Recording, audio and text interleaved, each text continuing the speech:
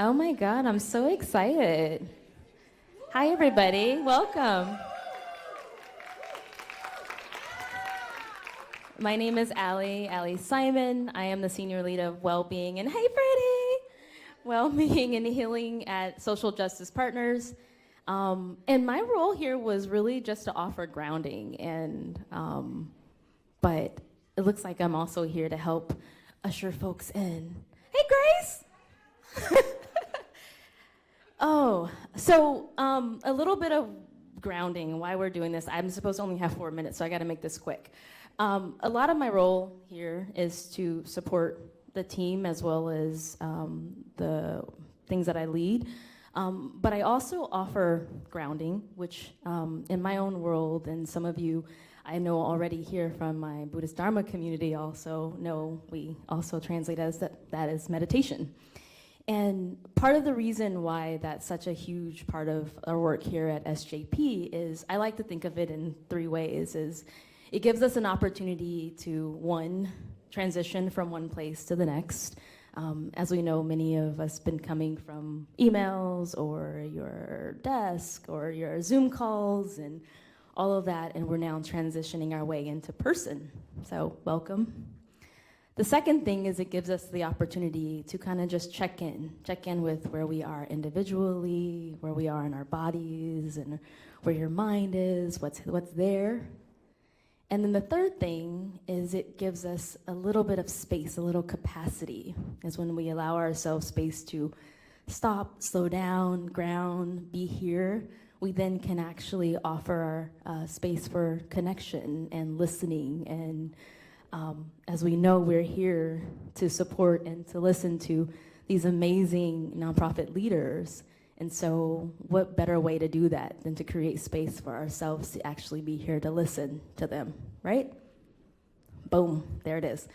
Cool. So I'm not gonna keep talking, I'm just gonna lead us in a quick practice. So the invitation, I know you all just sat down, but since I'm standing, I want you to stand too, if you're open to that sort of thing. If you're not, don't do it. But give yourself some space. Let's get some space.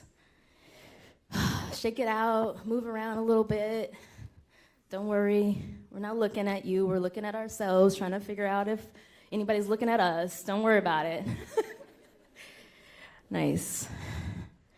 And then let's just take a big community breath in. So breathing all the way in, and then exhaling out.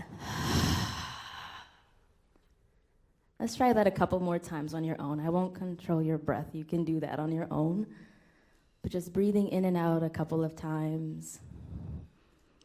You're welcome to close your eyes. You're welcome to feel your feet planted on the floor, on the earth. I know yesterday was Earth Day, but we already know this land, honoring the people who have nurtured this land for many years, our ancestors. And they're just taking a moment to just remember why you're here, why you said yes to coming, to being a part of this space, to being in person at that.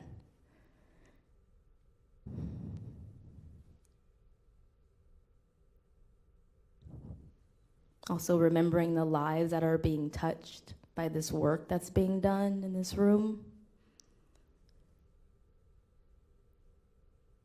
I think so often we forget as we're in the day-to-day. I love saying emails because clearly emails are a thing. Emails, the Slack, all of the things that we forget that behind all of it is the people. The people.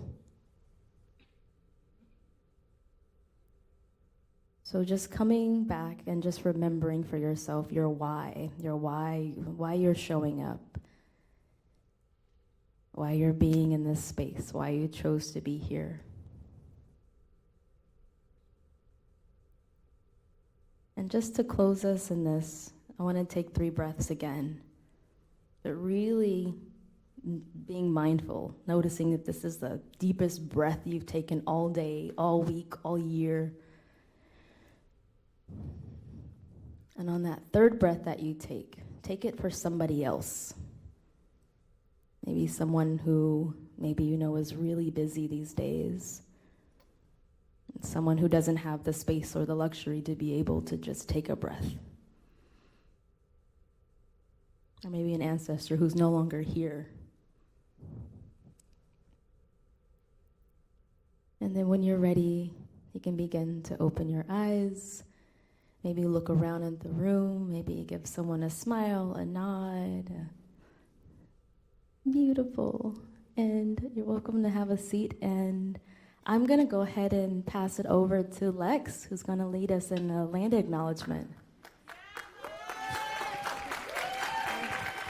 Thank you, Allie. Good afternoon. My name is Alexis Sines. I'm a queer, mixed, indigenous, multidisciplinary artist, community organizer, and wellness advocate. I'm a past member of the Social Justice Partners cohort of 2022, and this year I had the pleasure of being a coach for one of the folks in this cohort. And I'm honored to be here today with you all and to do a land acknowledgement. We acknowledge that we are currently on the unceded lands of the Gabrielino Tongva and Gabrielino Quiche people. We honor the ancestors of the village of Yangna, now called Los Angeles. We honor all of their living descendants, the people of Tonvongar. The Tongva people are still here today and are thriving. We honor them past, present, and future, as there have been many generations surviving settler colonization, land seizure, disease, subjugation, slavery, relocation, broken promises, genocide, and multi-generational trauma. Their resilience lives. They are stewards of the land, and they are a part of our vibrant community. We are grateful for these teachings of respecting the lands, waters, elements, animals, and all life. We are grateful for the knowledge keepers and the elders who have passed down many teachings. We are taught reciprocity by Mother Earth, but it is these communities that are the ones that hold the heart of the land in their hands. To know them is to know the land. No matter where you go, honor the first people of the land that you are on, because they are here and will always be here. May we continue to build relations with each other in good ways and be a good relative while remembering that reciprocity. Thank you. I would like to welcome Christine from Social Justice Partners.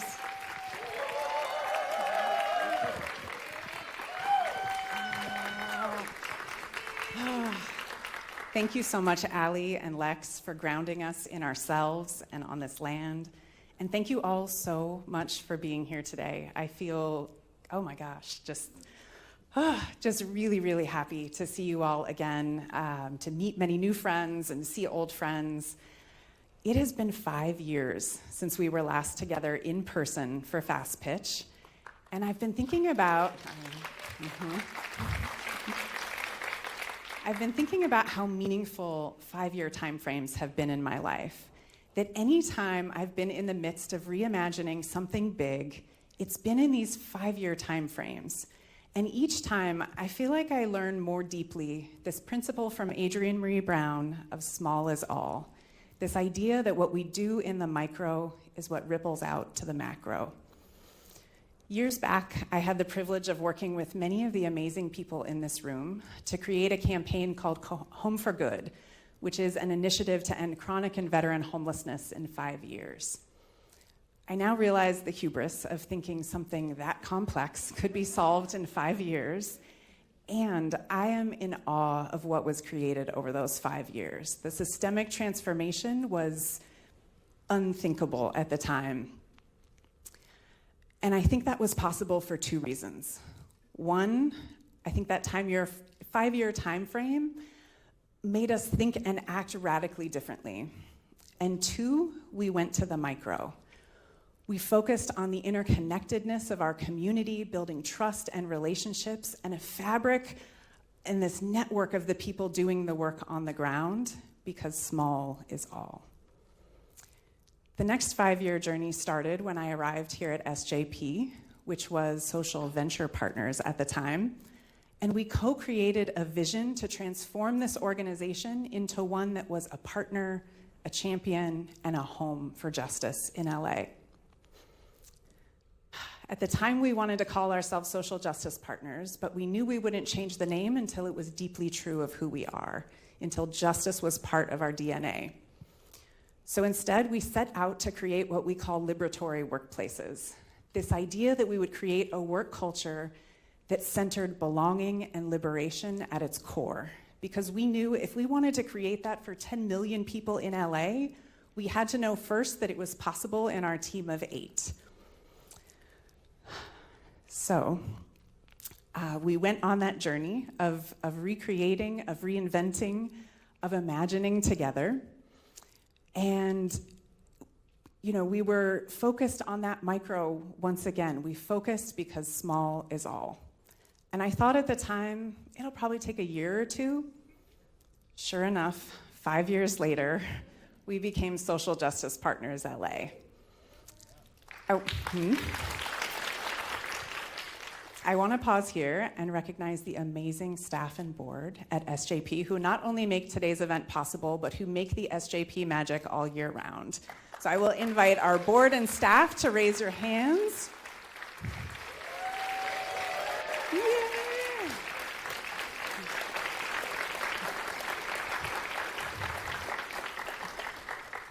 So again, we learned through our work on our team that small is all. The journey I've been in the midst of over the last few years has been more unexpected. Over the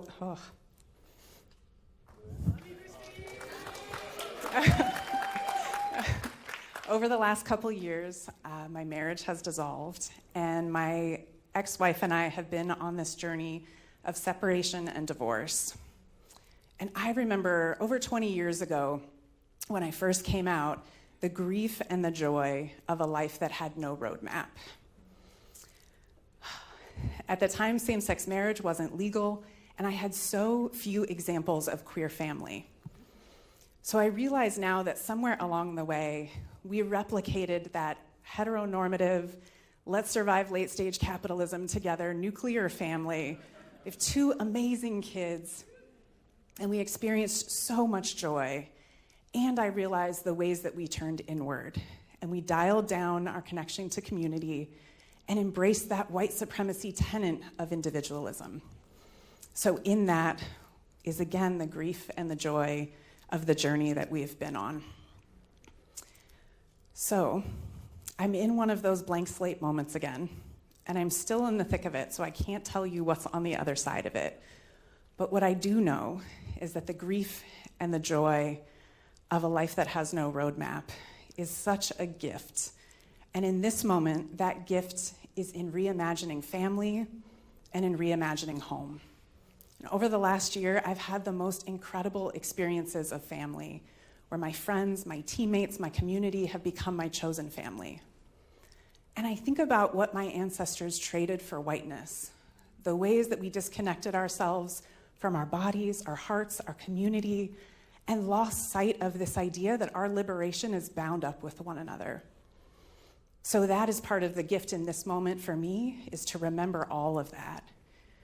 I've also been thinking a lot about home. I rotate back and forth between 2 homes so that our kids can live in one home, and we rotate back and forth between the others. And I wake up a lot of days not sure which home I'm in. And it's really disorienting.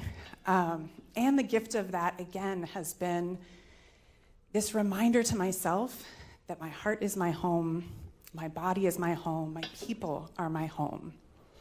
And so again, I'm reminded that small is all, and that my connection to my heart, to my body, to my people, that is the work of liberation and belonging. And so what I'll invite you to do today is to think about what you might be in the midst of reimagining. And together, we're gonna relish in this space. We're gonna hear from 7 amazing presenters who are reimagining an LA that's grounded in love and justice. And we'll take this time to connect with ourselves, to connect with each other, because small is all, and that is everything. Thank you all so much for being here.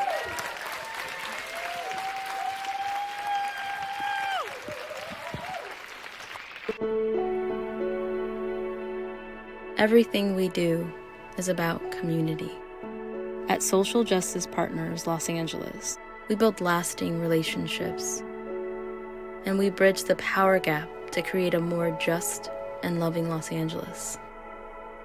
We connect nonprofit leaders and caring community members who work together to combat racism, economic injustice, and systemic oppression in all its forms.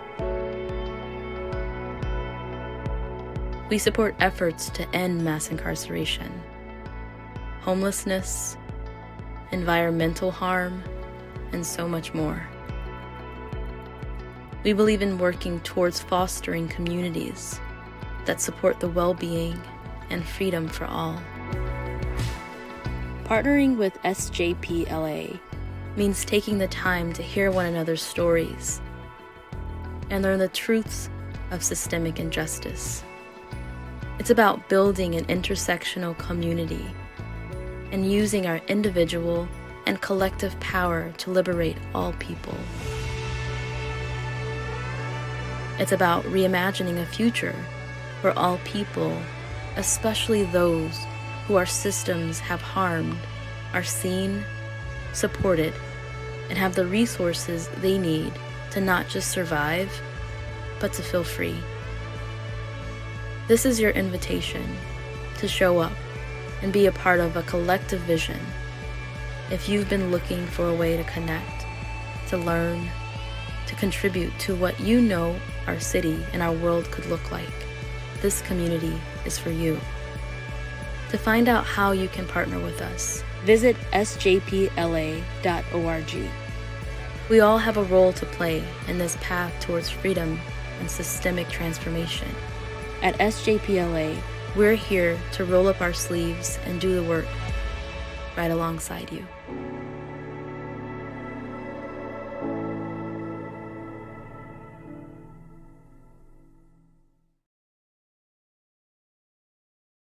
Yes, hello everyone, welcome. Wow, what a sight. Wish you could see the view from here. It's a packed room on a Tuesday, full of change makers eager to support the people and causes that are close to their hearts. At SJPLA, we share this common vision of liberation that centers people, root cause solutions, and power shifting. Injustice lives here in Los Angeles. It impacts all of us in this room, and some of us more than others. But we can really pave the way towards collective freedom and belonging. We're not gonna get there through competition though, or isolation, but by really building genuine connections with each other, we can pave the way towards meaningful change. I know this works because we've seen it in our Systems Change Fellowship, a 9-month program for LA nonprofit leaders who've lived through injustice and are enacting the solutions to rid those injustice for good. I'm Michelle Dominguez, a program manager that's supporting the fellows that you'll get to hear from today. These fellows have firsthand experience of injustice, and their organizations are working to rid it for good. It's our privilege to hear their firsthand stories and join their firsthand solutions. These solutions, they're embedded in systems change, addressing problems' root causes alongside treating its symptoms. These fellows are really transforming systems by reshaping the rules and who writes them, and the underlying beliefs that really hold these unjust rules in place. You could see them through the lens of difference, like different communities, different organizations, different issue areas, or you could choose to see them through the lens of unity, a multi-issue cohort tackling the same underlying root causes that manifest in an intersecting systemic injustice. The fellowship, it's a resource-sharing collaborative. These fellows exchange insight, and supporters like y'all pull together resources so we can offer each leader's organization with a $10,000 unrestricted grant, coaching, pitch training with the video you'll get to see today, and people power. That's folks like yourselves. Together, since 2017, we've collectively supported 48 early-stage initiatives paving the way towards a more equitable Los Angeles. Yes. And you can join us by applying for the next cohort, or you can support that work by becoming a partner. But since you're here today, really engage with the people and the stories that you hear today. Imagine an LA where collective freedom and belonging are realities for all of us in this room. So let's make it happen and get to some connection. Join me in welcoming to the stage SJPLA board members Amber Sheik, Sam Prater, and Chris Coe. Yo. Good afternoon, What's up, LA. everybody? Yo. Your mic can be on. It's good. Welcome to the 15th annual, not annual, 15th annual Fast Pitch Starting out great. This is Day. How many of you all, I was looking through my phone, I went to the one, I think 2011, back when I was at the Nokia, now the Novo. How many of you all have been here before that even? Pre-OGs in the house? What, pre-OG? Love it. What year? What year, Claire? Early. Oh yeah, Claire's like Oh, I early love it. OG. I love Yeah. it. And welcome back. This is not your ancestors' fast pitch. It is not. So welcome to a new edition. And it is now proudly part of, as you heard, a systems change accelerator and fellowship. So we are very happy to be with you all today. You all didn't know you were also coming to the winter solstice in LA, but thank you for making it through the cold of the day. Very happy to be in the warmth with you. My name is Chris Coe at United Way, but very proud to be co-chairs of the board and board members with Sam and Amber. Yes, let's give it up. And more importantly than that, a fan to be with some of my favorite people in the room, the staff, the partners, the fellows, other team members. And before I invite Amber to introduce herself, I want us to collectively show our love also to Michelle. If we could show our love to Michelle. Where's Michelle, we love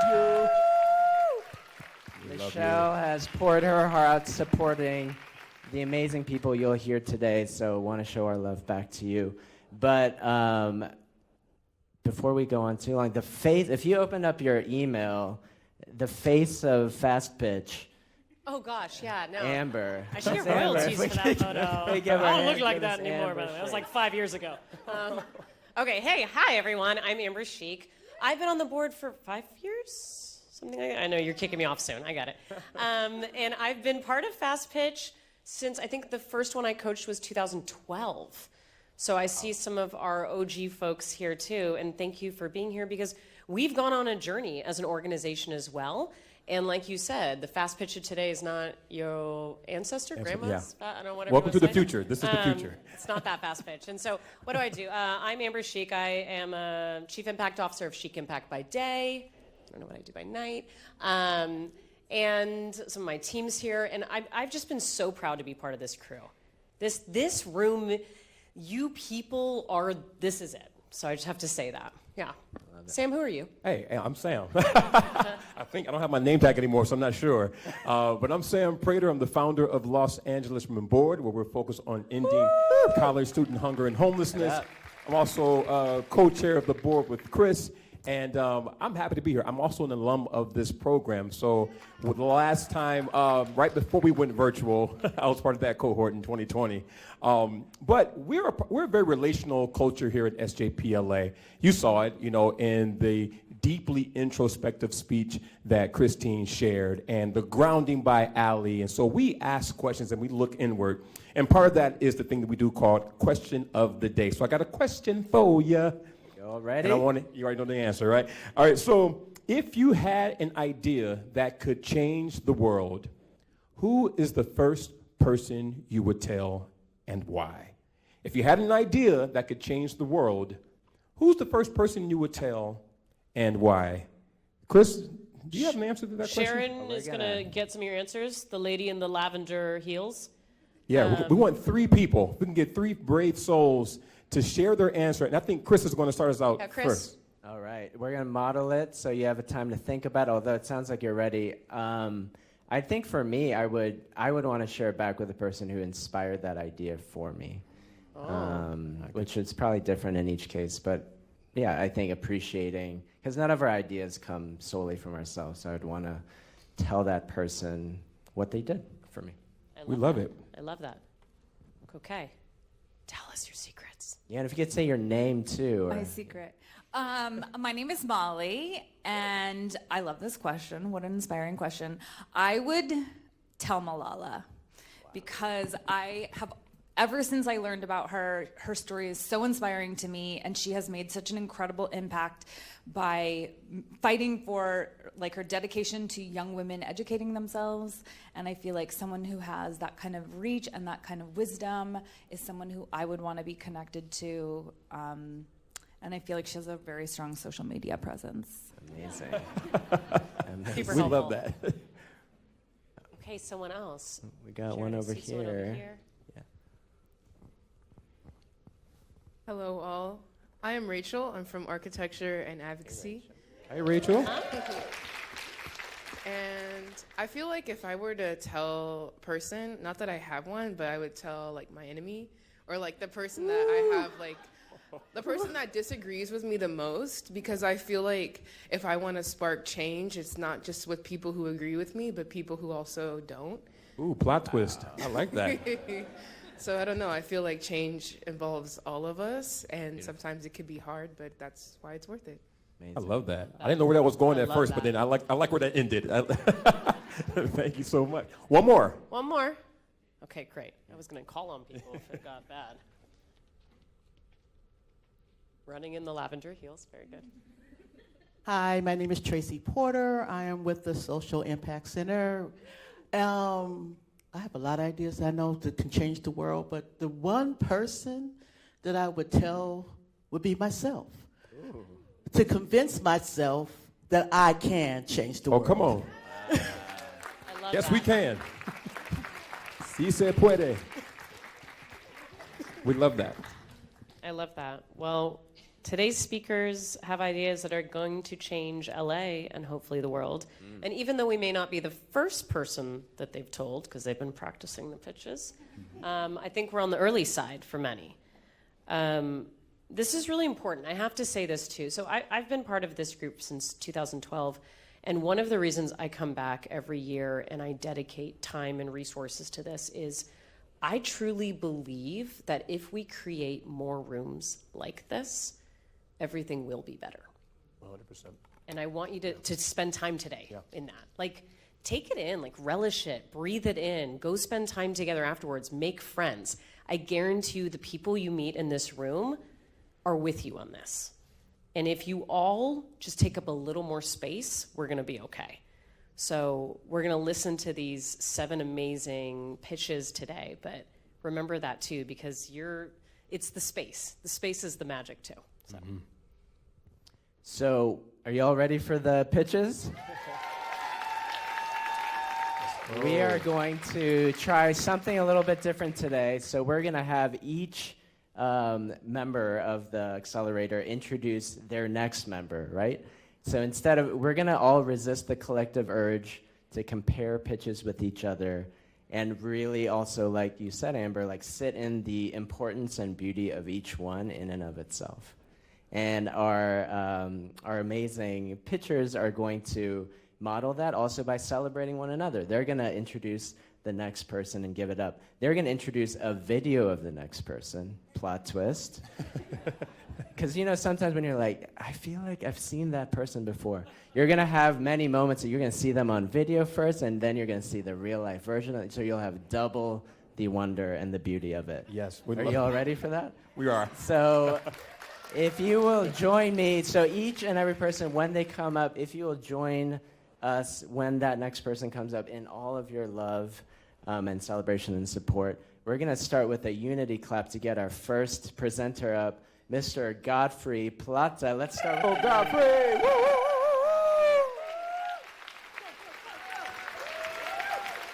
Let's keep it going for Godfrey!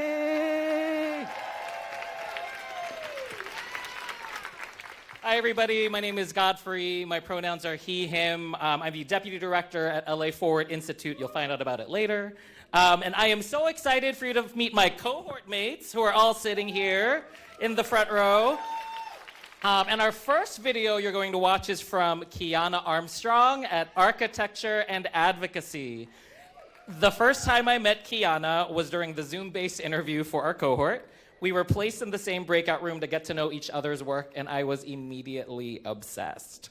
As a renter in Koreatown, my neighborhood often feels like it's at the whim of luxury developers who understand how to wield their own understanding of urban planning for their own profit. Kianna suggested brilliantly, what if we saw ourselves as our own urban planners? What if we could build our spaces to be what we want them to be? She's not just asking these questions to provoke thought. She leads this work in theory and in practice as a full-time architecture student at USC and managing director of her organization at the same time. Here she is to tell you more, an organizer's dream, Kianna Armstrong.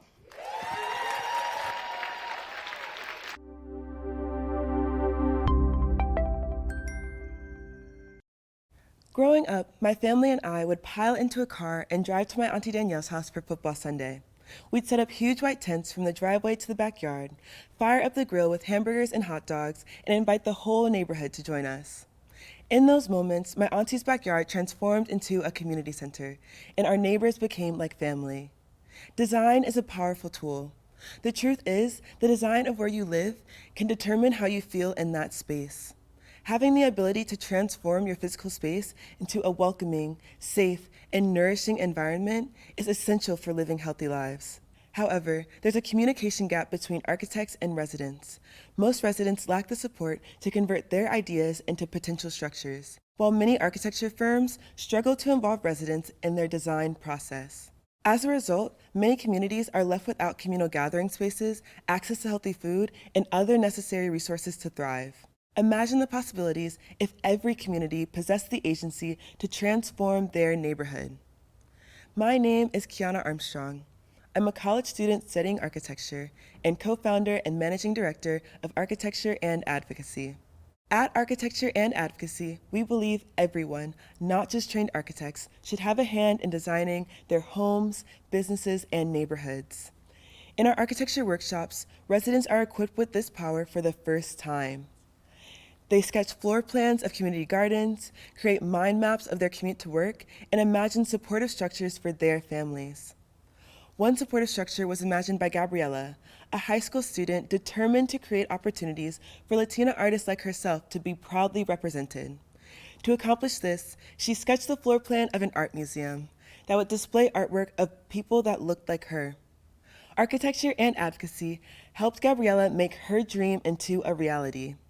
We mobilized community organizations to build a breathtaking mural based on her design in Exposition Park. Now, because of Gabriela's vision, young Latina women and other local artists see themselves reflected on the walls of South LA.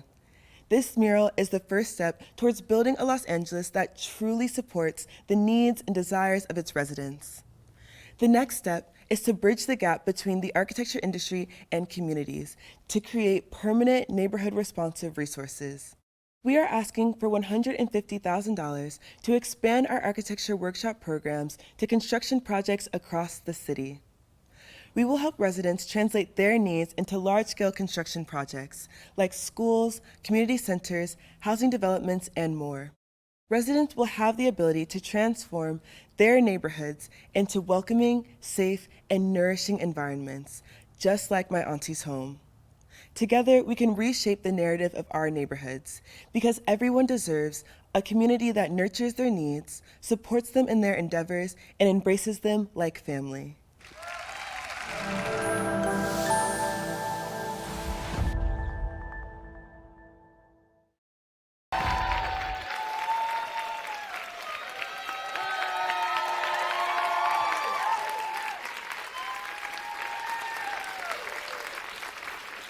Hello, my fellow advocates for change.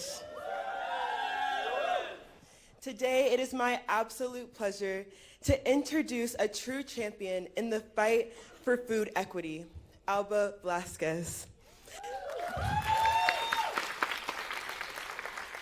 Alba is the executive director of the Los Angeles Food Policy Council. She's at the helm of one of the nation's largest food policy councils. Alba is spearheading a transformative movement within Los Angeles food systems. Her efforts are reshaping the food narrative and advocating for equitable access to healthy and affordable and sustainable food for all Angelenos. Please join me in introducing Alba Velasquez.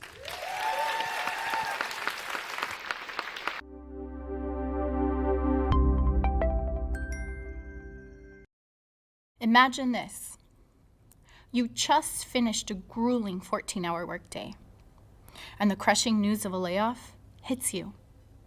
You return home to realize that you don't know where your next meal will come from. You don't know how you're going to feed your hungry kids. This is not hypothetical. This is the very real story of Juana, an immigrant living in the heart of the Pico Union community and a vivid echo of my childhood. Juana represents the 30% of households living in LA County that experience food insecurity.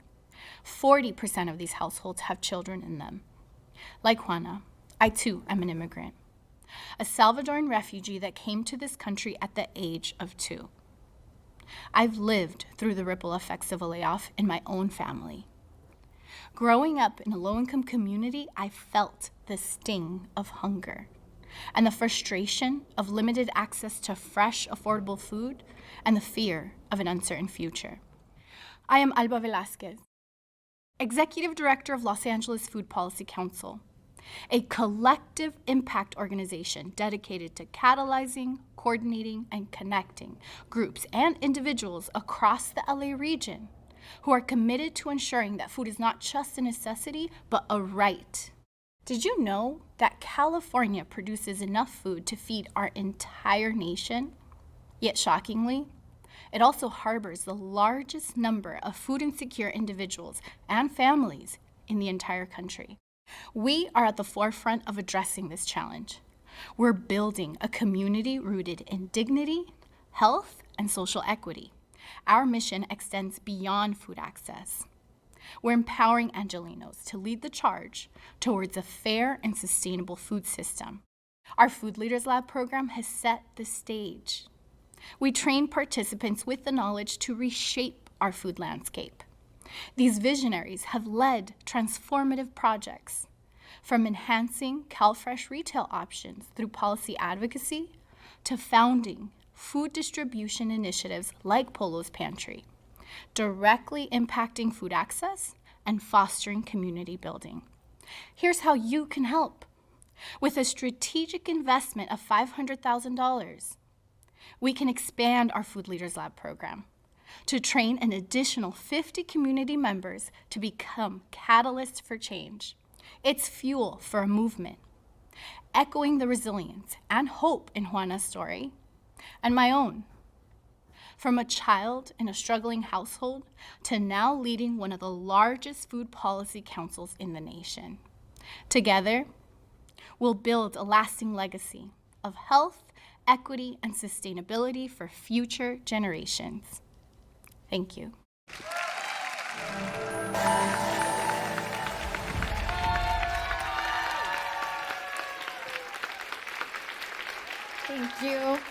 Thank you. Thank you, everyone. And now I have the pleasure of introducing you to a remarkable advocate for change. She grew up in East LA, experiencing firsthand the challenges of housing instability. This ignited her passion within her to improve housing conditions and advocate for community development. She's not only a tireless advocate, but also serves as a co-director of Fideicomiso Comunitario, Tierra, Libre. Please join me in welcoming Vanessa Gonzalez.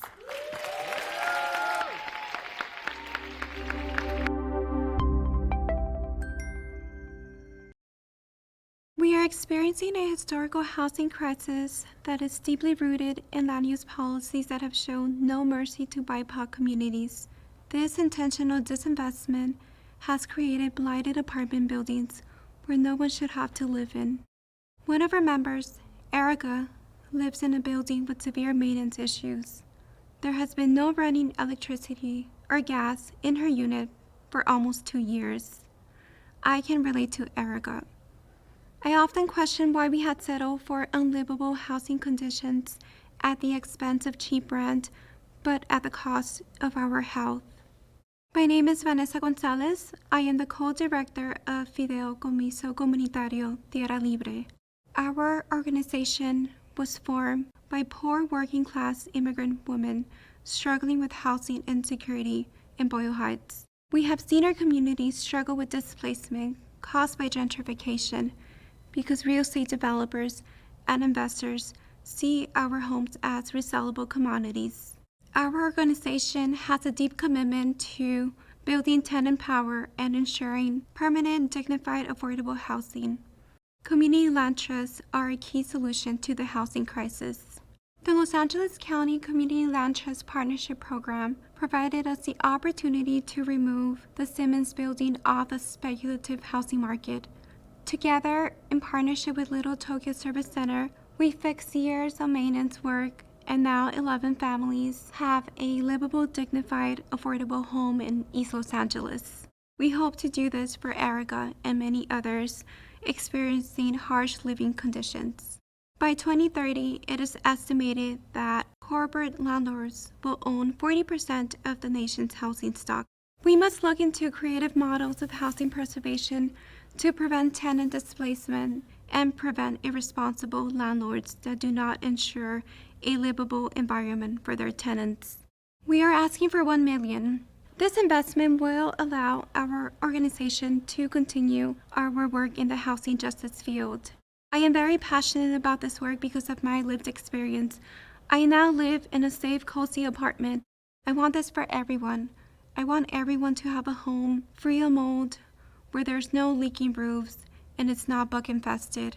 For what is affordable, it's decent, and what is decent is affordable and available for our community.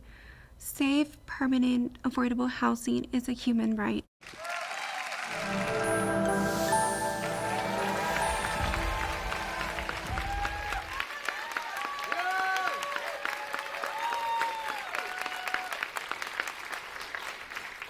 Thank you.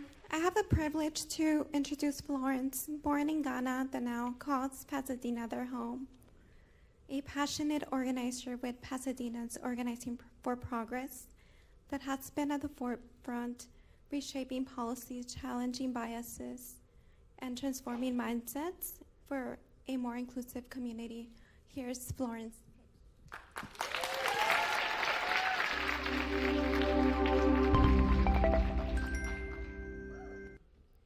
Let me introduce myself. My name is Florence Adjoa Annang, born in Ghana, West Africa, on my mother's bed. But now I live in the City of Roses. Pasadena is a beautiful city, but an inequitable community that disadvantages workers, renters, immigrants, and BIPOC community members. These inequities are reinforced by multiple systems: elected officials, law enforcement, wealth disparities, redlining, and schooling. I learned the real hard way. One night I received a call that a friend had been arrested and taken straight to jail.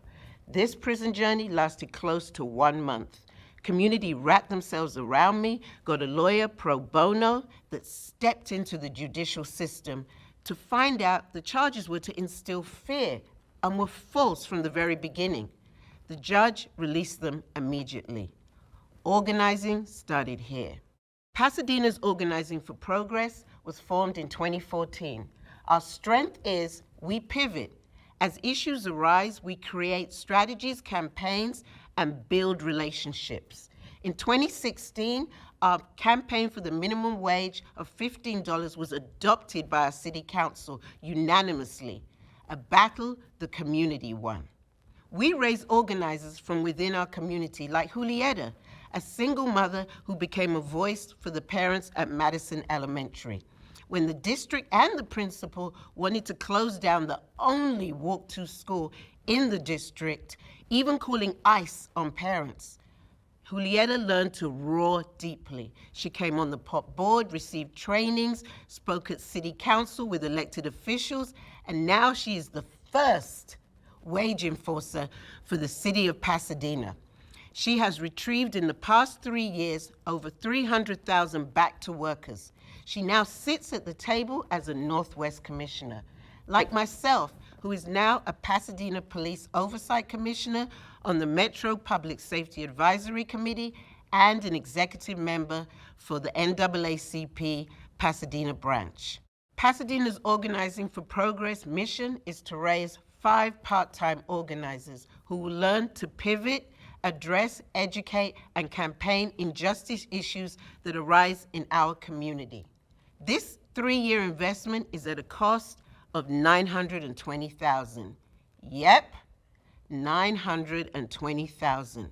They'll receive trainings of resources, tools, learning, and growing together. They will be on a journey of discovery of self, community, and building people power. Folks in our community who were doing one thing one day, and the next day life absolutely changes. Organizers emerge.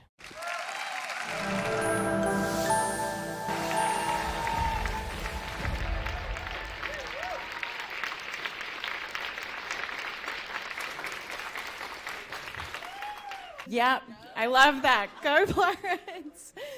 Hi everyone, my name is Sharon Stratton. I'm the Partnerships Manager at Social Justice Partners, which means I am a glorified matchmaker.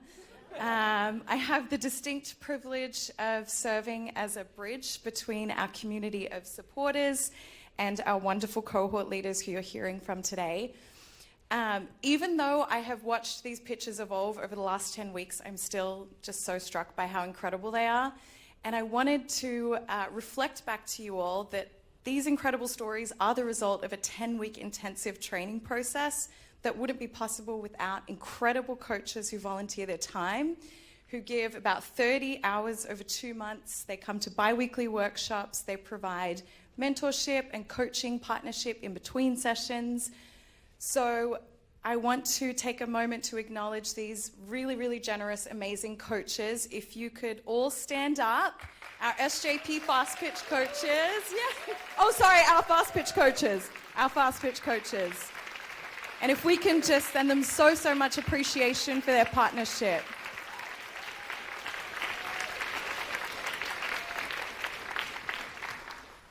We believe that who you pay attention to and what you pay attention to is an act of social justice, and our partners are just such an important embodiment of that.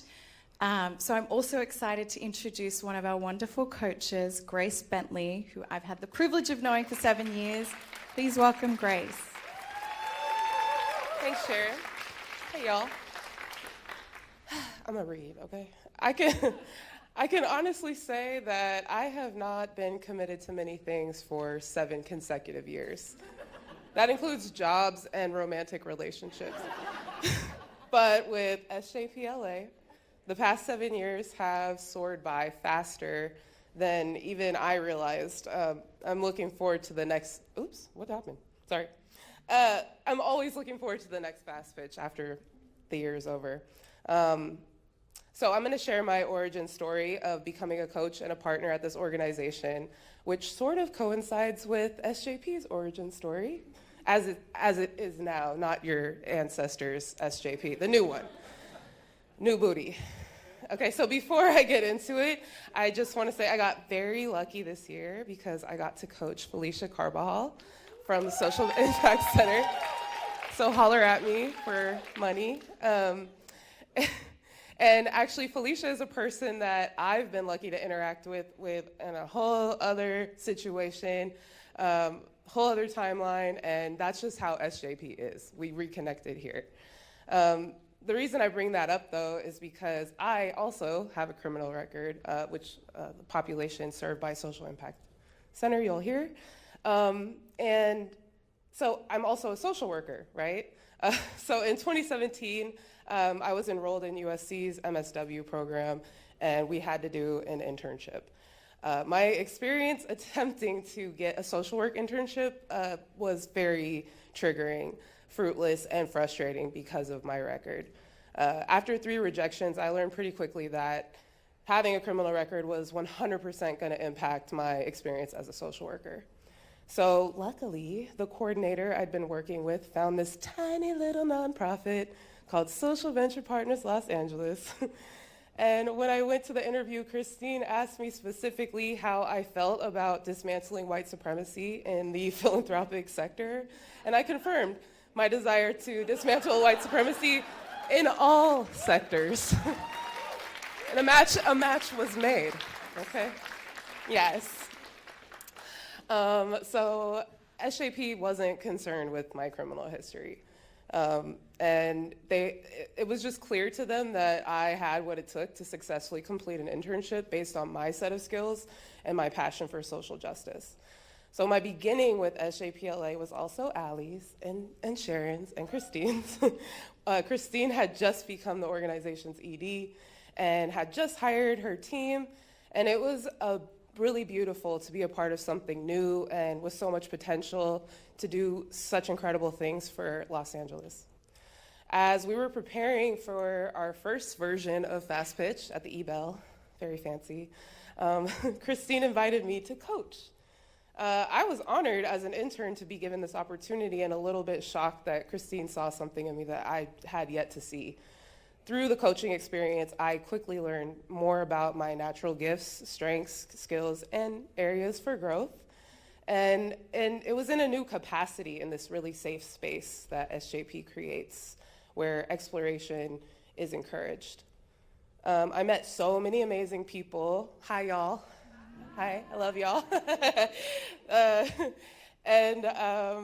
That was too much because I lost my space. Anyway, but yes, so many amazing people who love this county and want what's best for the people in it. And I got to flex my anti-racist muscles here and there as well. Some of y'all got to see. Upon completing my internship, SJPLA offered me an honorary partnership for a year. Then they changed their partner structure to be pay what you can, which furthered my ability to be included. And they changed their name and have been offering workshops ranging from anti-racism and healing in the workplace. And seeing all these positive changes solidify after participating in the idea phase has kept me around anticipating more. I am so grateful to this organization because the folks that have made it flourish are my chosen family, my LA chosen family. And this is always a safe place and a soft place to land year after year. Being a direct service social worker can bog me down, as many of our coaches and partners work in corporate, own their own companies, and it can get draining. And I'm also just much more of a macro thinker. So getting the opportunity to participate in SJPLA's incredible programming throughout the years keeps me in a systems change space, allowing me to see the good being done in LA. I just want to give gratitude to everyone here who has helped shape my experience and the experience of hundreds of amazing folks in our efforts to try and make LA a better place. You make the task a lot more tangible.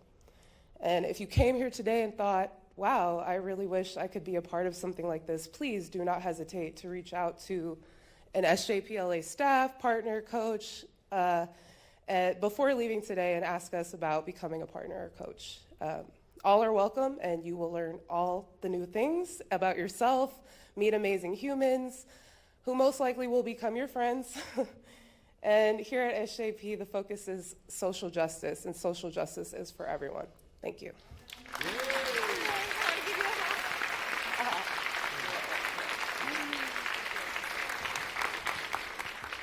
Whew. Grace, you're awesome. With that gratitude intermission, I would like to now welcome Florence from Pasadenans Organizing for Progress.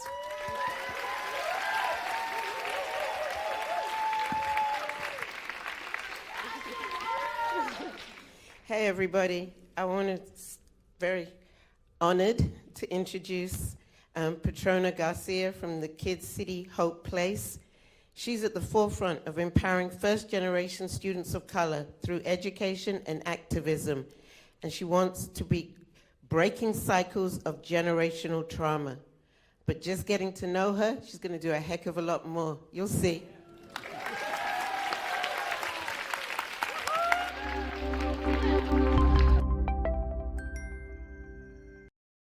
What is research?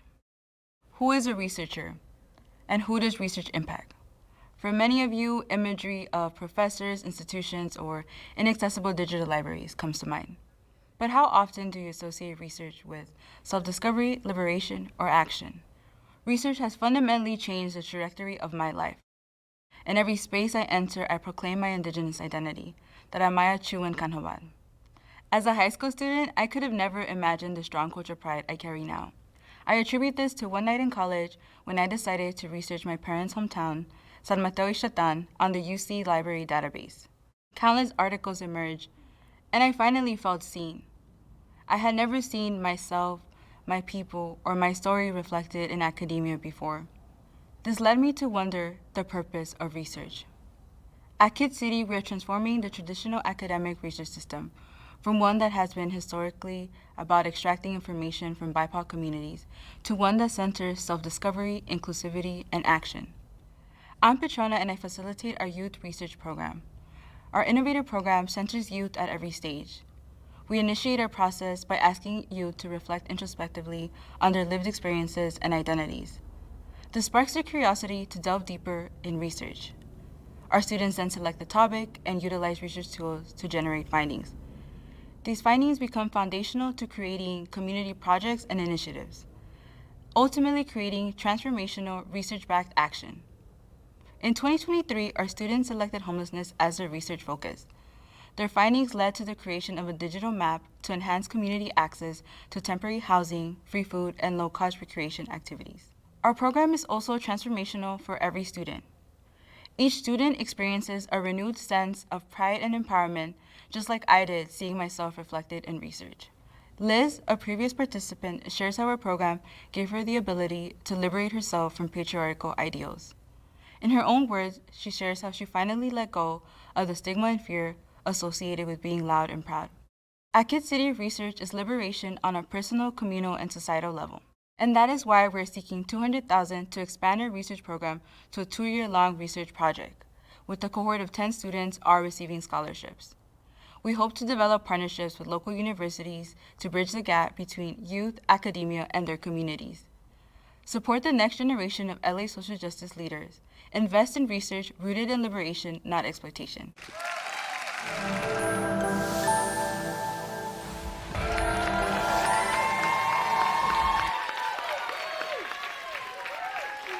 Thank you, everyone, for being here today. It is a complete pleasure to introduce Felicia Carbajal. They are the co-founder and executive director of the Social Impact Center. They are a dedicated community organizer building a Los Angeles that centers intergenerational healing and power for BIPOC and LGBTQ communities. They're also a mentor and a phenomenal role model for Latinx queer community members. Please join me in welcoming Felicia, a champion and catalyst for transformative social change.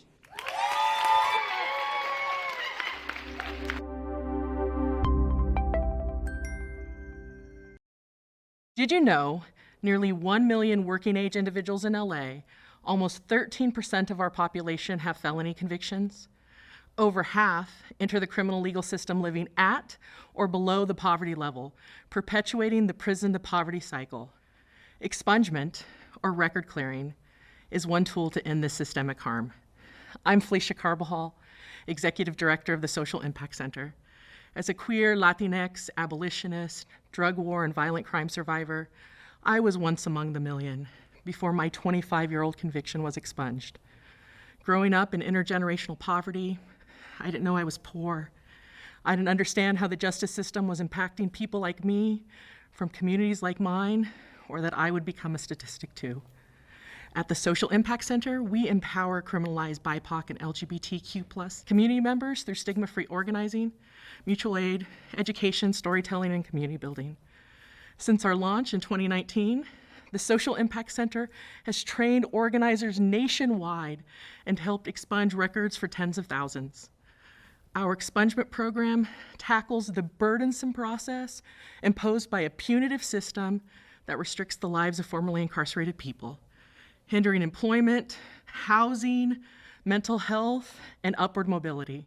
So in 2021, we partnered with the LA District Attorney's Office, expunging 58,000 records. This was just the beginning. I helped pass California's SB 731 the following year, opening doors for millions to seek expungement. Through my own expungement journey in 2023, I confronted feelings of detachment and distrust, grappling with memories of 7 years spent inside institutions.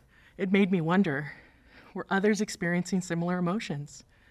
We asked, they were. Many shared that expungement was another trauma gauntlet. To address these hurdles, we partnered with lived experience, mental health, and legal experts to develop our Leadership Through Service program. Centered on trauma-informed training and community collaboration, it supports our expungement process and aids people's journeys. One volunteer helped write her father's letter to the judge, reclaiming his story and mending their relationship. Simply put, expungement serves as a catalyst for increased employment opportunities, housing stability, and overall community well-being. We seek your support to continue our transformative work. With $750,000, we'll expand and strengthen our Leadership Through Service program over the next 2 years, hiring 12 lived experience experts to canvass and lead community roundtables and expand our legal staffing. Your support dismantles barriers, fosters hope and healing, and helps end post-conviction poverty in LA. Together, let's build a more just and equitable future.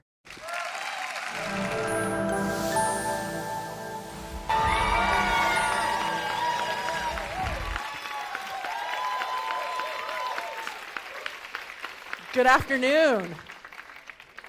I trust you've all had a fantastic time listening to the amazing cohort that I'm a part of, right?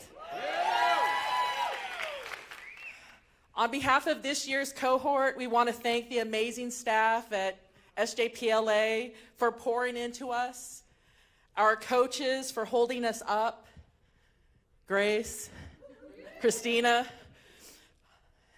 and each and every one of you who's here with us today. Thank you. It's my privilege to introduce a true revolutionary, the Energizer Bunny of our city, and one whose dedication to our community and commitment to moving Los Angeles into the 21st century is nothing short of inspiring. So last, but far from least, Mr. Godfrey Plata, Deputy Director of LA Forward Institute.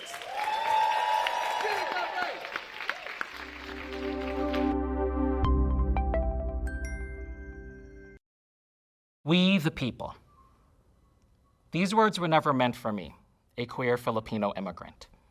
The world had always convinced me that in practice, other people write the rules and we learn them to survive. Luckily, at 30, organizers identified me and other local residents who are gravitating toward the same set of issues in our community. They supported us to meet with policymakers, and over the course of the year, we identified millions of dollars of funding to establish new services for our city. It turns out, we, regular everyday people, did have power. We just didn't know where to go with it. And that first experience in organizing helped me shorten the distance in my imagination between decision makers in our community. It taught me we could write the rules of the game. Today, I'm a full-time organizer supporting Angelenos to claim our right to we, the people. My name is Godfrey Plata. I'm the Deputy Director at LA Forward Institute, and we support Angelenos to unlock democracy. We bring community members together, get them talking about challenges they're facing in their community, identifying policies underneath those challenges. We provide civic education to support them to build relationships with policymakers who can change laws for all Angelenos. But organizing in LA is easier said than done. For example, we've got 15 council seats. You know when we came up with that number 15? In 1925, 100 years ago, back when each district was 66,000 people each. But today, 15 is the same number of council seats that Providence, Rhode Island has. Our council members represent 265,000 people each. No wonder more of us don't know our council members have to fight for the attention of their offices and then compete against each other for the interest. No, in New York, they organize to update their number. They've got 51 council members now, each representing 100,000 fewer people than ours do.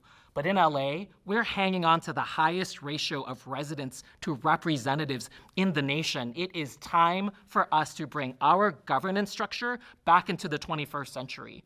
We cannot presume that we, the people, are just going to pop off the pages of the Constitution and just happen. We have to re-examine the rules of democracy in order to enable it. And so at LA Forward Institute, we're raising $1 million to build the grassroots movement necessary to place a more democratic and functional council structure in front of voters as soon as 2026. We can no longer live or organize in the LA of the past. With your financial support, we can ensure a structure that enables more Angelenos to be represented exactly as we should.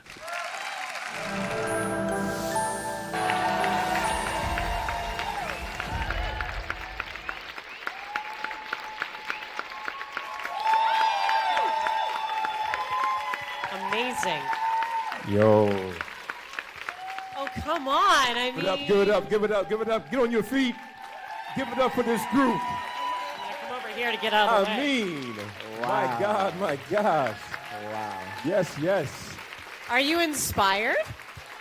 Woo! So this cohort did an amazing job, and there's plenty of ways to support them. One being apparently Instagram.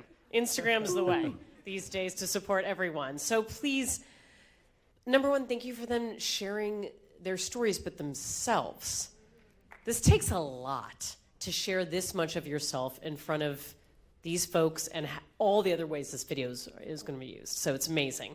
So I encourage you to follow their accounts, to meet them at the reception afterwards, and to take a moment before you go out into your day and the rest of your identity and your life and everything else, and just think about what you can commit to this work.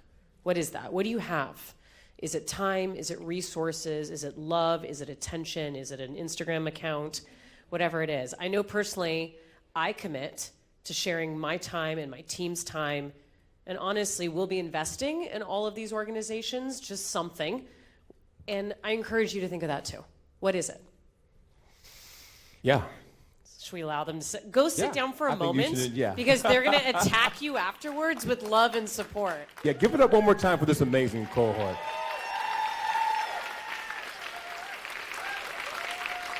Okay. I'm good, yeah. Yeah, okay, so check it out. There's an opportunity for you to be up on this stage as well. Say that again. Applications are now open for next year's Systems Change Fellowship, right?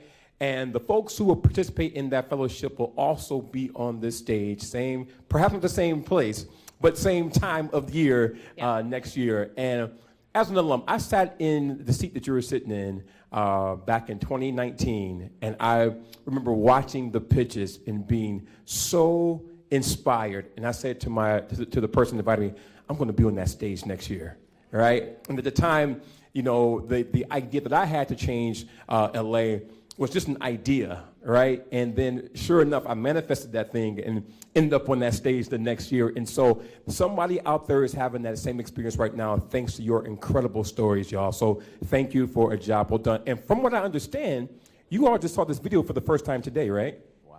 The whole video? Oh. Sort of, something like that. So incredible job, y'all. And so again, the applications are available and they are due on May 27th. I'm going to interrupt you quickly, unplanned. If you understand the Sam that was sitting watching these fast pitches, and then just Google him right now. Like, I encourage you. The amount of, like, TV stuff, I mean, like, just Google Sam Prater All afterwards. thanks to this group. And just understand. Prater, P-R-A-T. Yeah, just Wow, understand guys. the massive transformation. And how much LA is a better place because of you and because of the work of this. So anyway. Oh, thank you, my sorry, friend. Unplanned. I would never. I appreciate that.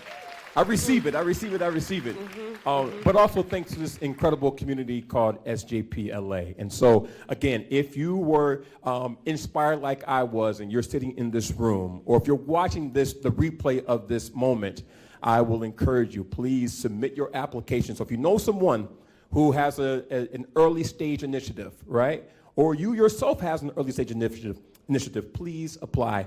May 27th is the deadline. All right, y'all? One more thing I want to kind of pitch is the Fast Pitch Workshop. And so getting up in front of people is not easy. like somebody like me who talks fast and stutters, you know what I mean? Like trying to rein all that in takes some practice, right? And so due to the amazing coaches that we have at SJPLA, I learned how to speak and with confidence, with ease, because of the Fast Pitch Accelerator and Training Program, right? And so if you want a crash course on how to do so, there's a 2-part workshop, and we got 2 dates, May 6th and May 13th, so scan this if you can, if you can zoom in on that, you know what I mean? And you should participate in that, all right? Sign up today. You absolutely will not regret it, learning how to talk about the things that you care about in a concise and compelling way. I promise you, it's incredible. All right? Now I want to introduce, again, my fellow co-chair of the board, Mr. Chris Coe. Thank you, thank you. Yeah. Thank you for Amber and Sam. Let's give them a hand. Yeah. Thank you, y'all. We did it, y'all. We are doing it. But we want to end with gratitude because we want to end with joy. And gratitude is at the heart of that. So we want to underline some of what Felicia led us through and get back to that place as we jump off back into the outside world and bring some of this with us.